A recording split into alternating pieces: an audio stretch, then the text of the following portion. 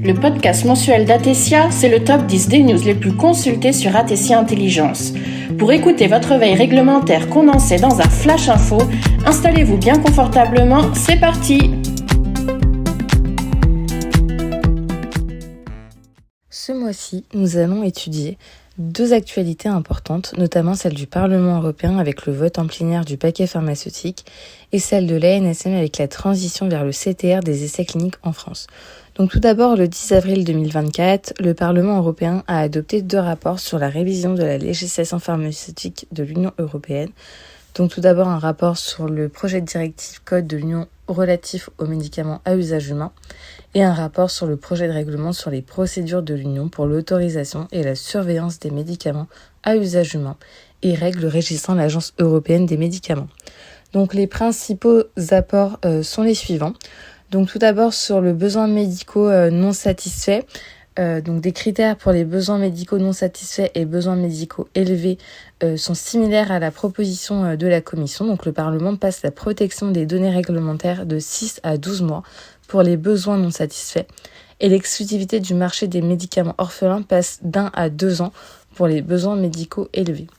Concernant l'exclusivité du marché des orphelins, le Parlement vote la réduction de la durée de l'exclusivité du marché des médicaments orphelins à 9 ans et la prolongation de celle applicable en cas de besoins médicaux non satisfaits élevés à 11 ans.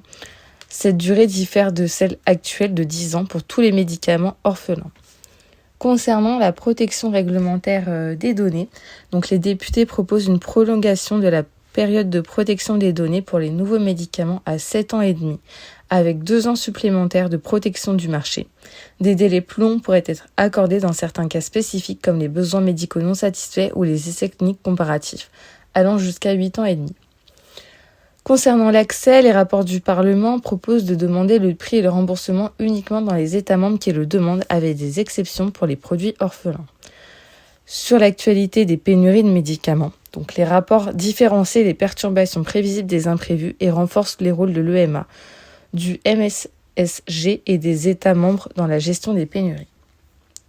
De nouvelles règles obligeraient les entreprises à soumettre également une évaluation des risques environnementaux, donc l'ERA, lors de leur demande d'AMM qui devrait couvrir l'ensemble du cycle des médicaments. Sur les antibiotiques, des nouvelles mesures favoriseraient l'utilisation prudente des antimicrobiens et encourageraient la recherche et le développement de nouveaux antimicrobiens.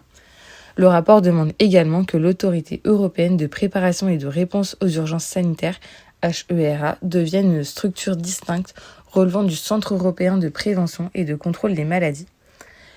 Concernant l'actualité de la l'ANSM sur la transition vers le CTR des essais cliniques en France, le règlement européen sur les essais cliniques est entré en vigueur le 31 janvier 2022, avec une période transitoire jusqu'au 31 janvier 2025 pour les autorisations d'essais cliniques accordées conformément à la directive 2001/20/CE. Après cette période, seul le règlement numéro 536/2014 et ses actes délégués seront applicables. L'ANSM demande aux sponsors de compléter un formulaire pour chaque essai clinique autorisé selon la directive 2001/20/CE d'ici le 3 mai 2024. Tout essai clinique ayant au moins un site actif en France au 31 janvier 2025 doit être transitionné vers le CTIS avant cette date. Les essais non transitionnés seront considérés comme non conformes au règlement. Une demande de transition doit être déposée au plus tard le 16 octobre 2024. La base EUDRA-CT doit être mise à jour, en particulier avec les dates d'autorisation de l'ANSM et d'avis favorable du CPP, pour faciliter cette transition. Enfin, l'ANSM organisera un webinaire le 3 juin 2024 pour fournir des informations supplémentaires.